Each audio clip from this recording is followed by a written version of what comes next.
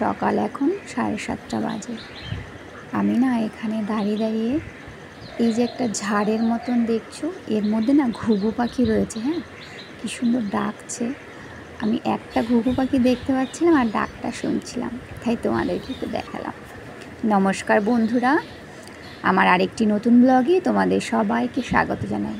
আশা করছি তোমরা যে যেখান থেকে আমার ভিডিওটা দেখছো ভালো আছো, সুস্থ আছো। আকাশটা কত সুন্দর দেখো। আমি ছাদে উঠেছিলাম ওই আম তেলটা রোদে দিতে, তাই আকাশের একটু ভিডিও করলাম আর তোমাদের সাথে শেয়ার করলাম। আর এখানে দেখো 8:30 বাজে। হ্যাঁ, আচমকাই একটা বিপদ ঘটেছে মিষ্টির বাবার সাথে। এই যে দেখছো কলটা, এই কলের উপর বাবা ভর দিয়ে এই সামনের দিকে যাচ্ছিল। কলটা মানে ওর বাবার একটু ব্যথা লেগেছে, পুরো ভেঙে গেছে। ভেঙে গিয়ে যে দেখো জল পড়ছে এখানে না, এটার ভিতরে কাপড় দিয়েছে, মানে অনেক কষ্টে। মানে হঠাৎ করে যে কি হলো, আমি তখন রান্না করছিলাম। হ্যাঁ, মানে ভাতের মারটা গালছিলাম, অমনি মানে এতটা স্পিডে জল বেরিয়েছে, চারিদিক পুরো ভিজে। ওর বাবা তো স্নান করে গেছে। আর এই দেখো প্রায় 1-1.5 ঘন্টা বাদে মিস্ত্রি এসে কলটা লাগিয়ে দিয়ে গেছে। মানে ভীষণ বিপদ হয়ে গেছে জানো না। মানে ভাতটাও আমি ঠিকঠাকভাবে মার গালতে পারছি না, এদিকে ওর বাবা ডাকছে। কি করব, একদম কেউ দিশা পাচ্ছিলাম, দিশেহারা হয়ে গেছিলাম সবাই। কি করব, কিছুই হাতের কাছে নেই।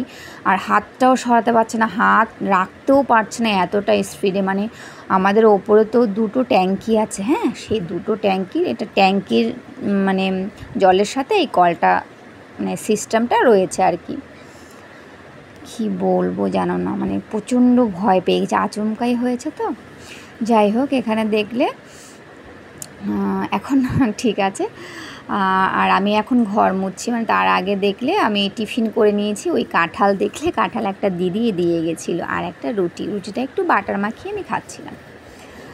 আর ওখানে মাছ দেখতে পেলে।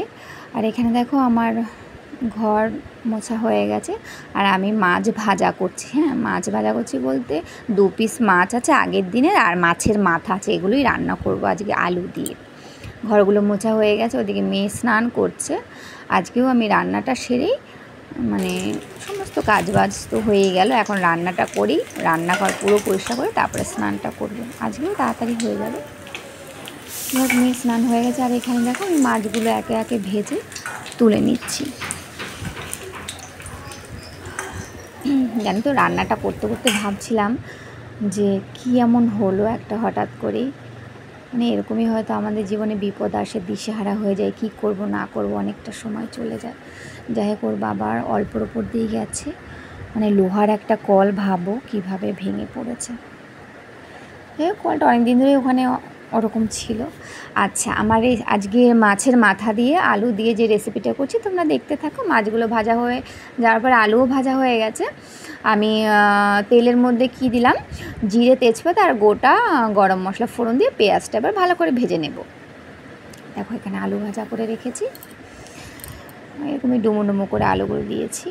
পেঁয়াজটা ভালো করে ভাজা ভাজা হয়ে গেলে আমি মশলা, এখানে মশলা বলতে সামান্য আদা জিরে বাটা আর কয়েক কোয়া রসুন বাটা আর লঙ্কা বাটা, মানে সব একসাথে বেটে আমি দিয়ে দিলাম। এবার ভালো করে মশলাটা কষিয়ে নেব।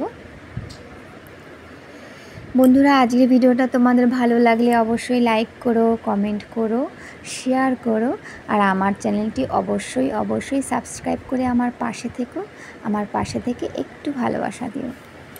আচ্ছা, মশলাটা ভালোভাবে কষানো হয়ে গেলে আমি পরিমাণ মতো নুন হলুদ সব দিয়ে দেবো। দিয়ে আরেকটু, আমি একটু সামান্য জল দিয়ে, যাতে মশলাটা লেগে না যায়, আরেকটু কষিয়ে নেব। আমার নতুন সাবস্ক্রাইব বন্ধুদেরকে জানাই অসংখ্য ধন্যবাদ, আমার অনেক ভালোবাসা। তোমরা ভালো থেকো আর এভাবেই আমার পাশে থেকো। আচ্ছা, মশলা সমস্ত কষানো হয়ে গেলে আমি ভেজে রাখা আলুগুলো দিয়ে দিলাম। আলুর সঙ্গে মশলাগুলো একটু ভালো করে কষিয়ে নেব।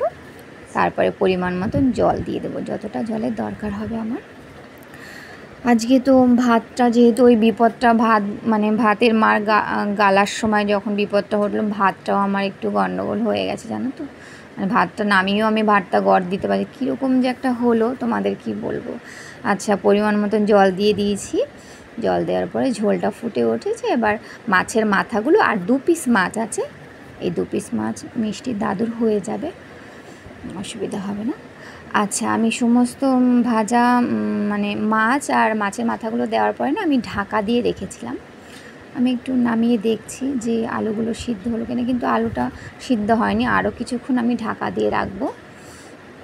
আর কিছুক্ষণ ঢাকা দিয়ে রাখলে আলুগুলো সিদ্ধ হয়ে যাবে আর ঝোলটাও কিছুটা টেনে যাবে। একটু ঝোল ঝোলও রাখতে হবে, না হলে ভাতটা মাখবে কী দিয়ে। যাই হোক, এখন আমি দেখছি যে ঝোলটা অনেকটাই টেনে গেছে আর আলুগুলো পুরোপুরিভাবেই সিদ্ধ হয়ে গেছে। এই ঝোলটা হয়ে গেলে মেয়েকে খেতে দিয়ে দেব।